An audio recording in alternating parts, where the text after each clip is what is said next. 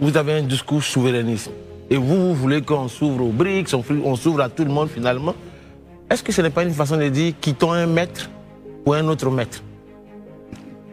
Permettez-moi de... Excusez ma candeur aussi la question. Parce qu'aujourd'hui, nous sommes avec la France, on a le CFA, tout va bien, la Côte d'Ivoire est souveraine, elle décide de tout et de tout ce qu'elle veut. Mais vous estimez qu'on n'est pas souverain. Peut-être que nos souverainetés, on va la gagner avec les BRICS. Pourquoi pas la Russie? Non, il s'est dit que vous êtes l'homme de la Russie quelque part. Allez-y. Non, les BRICS, c'est d'abord une idéologie. C'est-à-dire la souveraineté des États dans un monde multipolaire où chaque État souverain coopère avec le pays de son choix, sans agressivité d'un État. C'est ce que fait la Côte d'Ivoire. La Côte d'Ivoire, malheureusement, a des liens encore coloniaux avec l'ancienne puissance coloniale. C'est une vue de l'esprit. Non, je vous explique. Aujourd'hui, lorsque vous voulez coopérer avec la Russie, c'est impossible tout simplement parce que nos accords monétaires entre la France et la Côte d'Ivoire nous obligent à passer par l'Europe pour coopérer avec la Russie. Il n'y a pas de coopération directe. Sur le plan monétaire, c'est-à-dire que moi, je suis russe, je viens en Côte d'Ivoire, ma carte de crédit ne fonctionne pas parce que tout simplement, l'Europe a sanctionné la Russie. Voilà pourquoi nous disons que nous avons des liens coloniaux qui nous empêchent de nous ouvrir aux autres pays membres des BRICS. Et donc ces liens-là, il faut les couper tout simplement pour qu'on puisse avoir le choix. Parce qu'il n'y a pas que de meilleurs en Occident, qui est d'abord déclinant.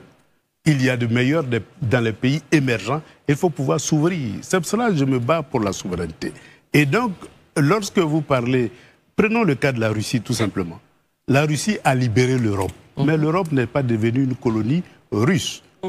Lorsque le nazisme avait occupé l'Europe. La Russie a contribué à libérer la Chine. Mais la Chine n'est pas une colonie russe. La Russie a contribué à libérer l'Égypte.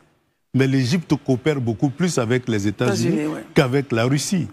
La Russie a contribué à libérer même la Côte d'Ivoire, parce que le RDA, le PDCI, était d'obédience communiste à sa naissance. C'est à travers la Troisième Internationale contrôlée par la Russie que le PDCI a été fondé. Mais la Côte d'Ivoire n'est pas devenue une colonie russe.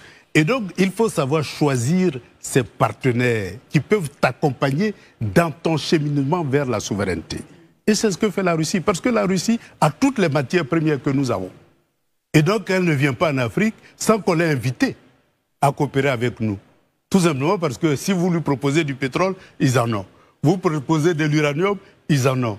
Vous proposez du fer, ils en ont. Tout ce que ceci fait la particularité de l'Afrique, ils ont ça. Donc, si vous ne les invitez pas à coopérer avec vous, ils ne viendront pas.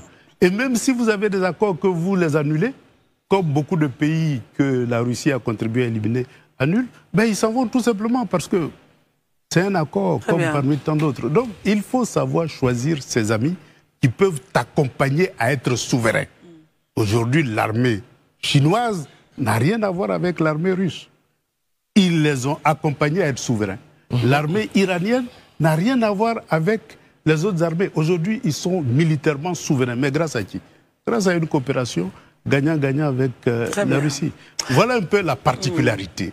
Et je pense que c'est ce chemin-là qui est bien. Je comprends mieux.